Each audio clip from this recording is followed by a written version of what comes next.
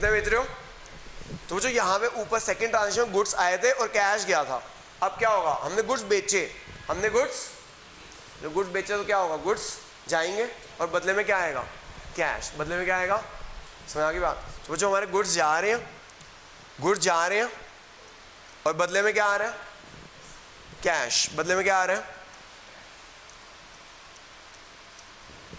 जो 20 का यहाँ पे ना 50 का एसेट आया था, 50 का एसेट गया था, नो प्रॉफिट नो लॉस। लेकिन यहाँ पे देख रहे हो क्या हो रहा है?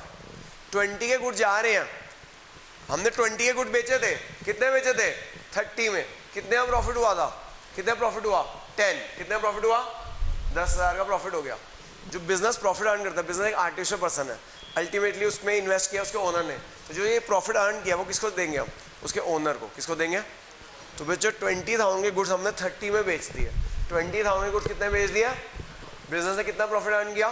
10,000 का। जो बिजनेस प्रॉफिट अर्न करता है वो किसको दिया जाता है? उसके ओनर को। किसको दिया जाता है? तो ये 10,000 का जो प्रॉफिट अर्न किया उसके ओनर को दिया जाएगा। किसको दिया जाएगा? ठीक है जी। तो ये बिजनेस की ऑब्लिगेशन बढ़ गई कि जो हमने प्रॉफिट अर्न किया वो अल्टीमेटली किसको देना है? उसके ओनर को देना है। किसको देना है? समझ आ गई बच्चों बात? तो यहाँ पे आ जाएगा 20 के गुड्स जा रहे हैं, बदले में क्या आ रहा है? 30 का कैश आ रहा है, 10,000 का प्रॉफिट हो गया। जो हम बिजनेस प्रॉफिट अर्न करता है उसे किसको देते हैं? ओनर को। तो ये ऑब्लिगेशन बढ़ गई। पहले 1 लाख वापस करना था बिजनेस को, जब बिजनेस बंद होगा तो 1 लाख वापस किया जाता था ओनर को। अब कितना वापस किया जाएगा? 1 लाख प्लस 10, 1,10,000 वापस किया जाएगा। हमारे पास कोई आउटसाइडर लायबिलिटी नहीं है, अभी हमने वाला क्वेश्चन नहीं लिया। यहाँ पे क्या रह गया? गुड्स 50 माइनस 20 30 रह गए, मतलब हमारा कैश रह गया 50 प्लस 30 80 रह गया।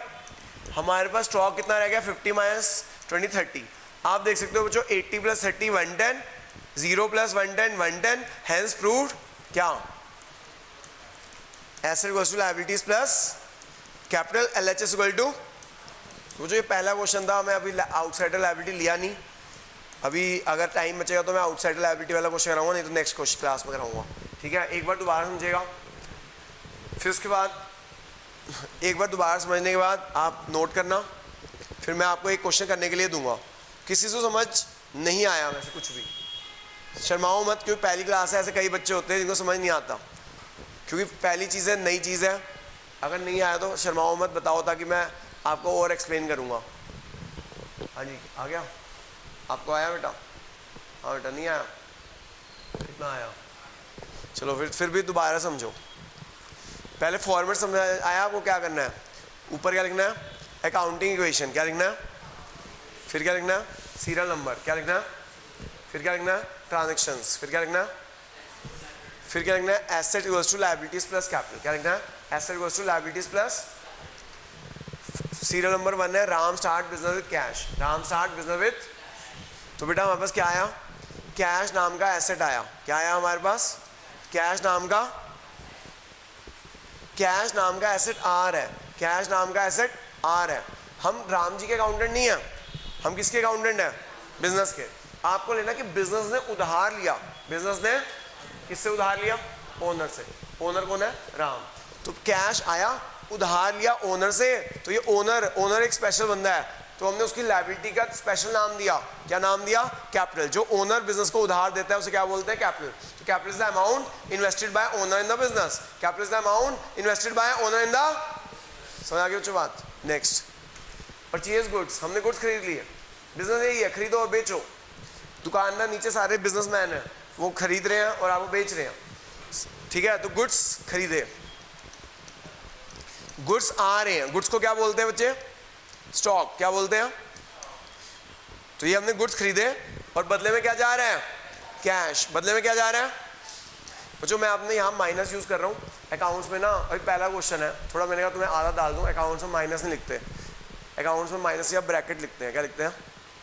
ठीक है, तो याद रखना। अभी पहला क्वेश्चन कर लो, फिर धीरे धीरे मैं तुम्हें चेंज करवा दूंगा कि अकाउंट्स में माइनस की जगह ऐसे ब्रैकेट लिखना होता है। मतलब जैसे आपको 50,000 माइनस करना है तो ऐसे लिखते हैं उसे।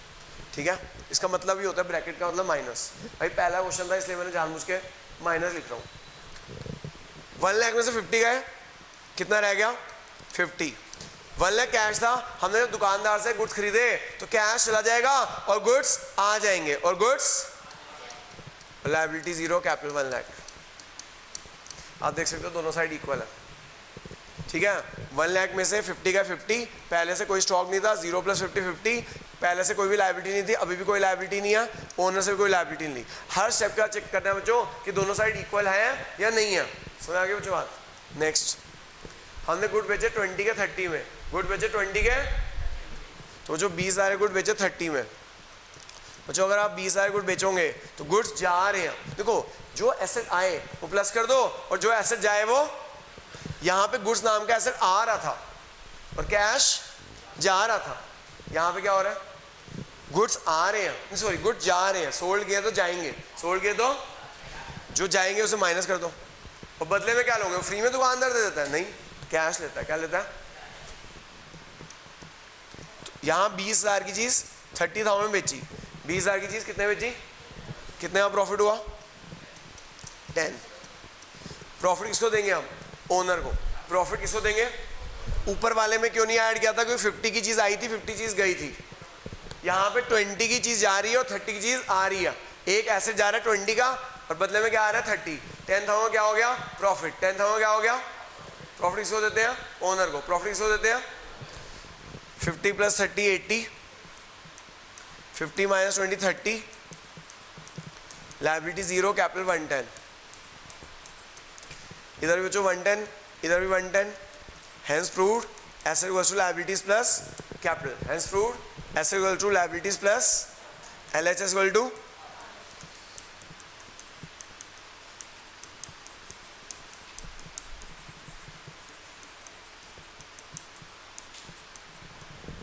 समझ आ गया बच्चों बात के नहीं आया, नोट कर लो, नोट कर लो, मैं आपके लिए क्वेश्चन भी लिख रहा हूँ, ये वाला नोट करके वो मुझे क्वेश्चन करके दिखाना, ठीक है।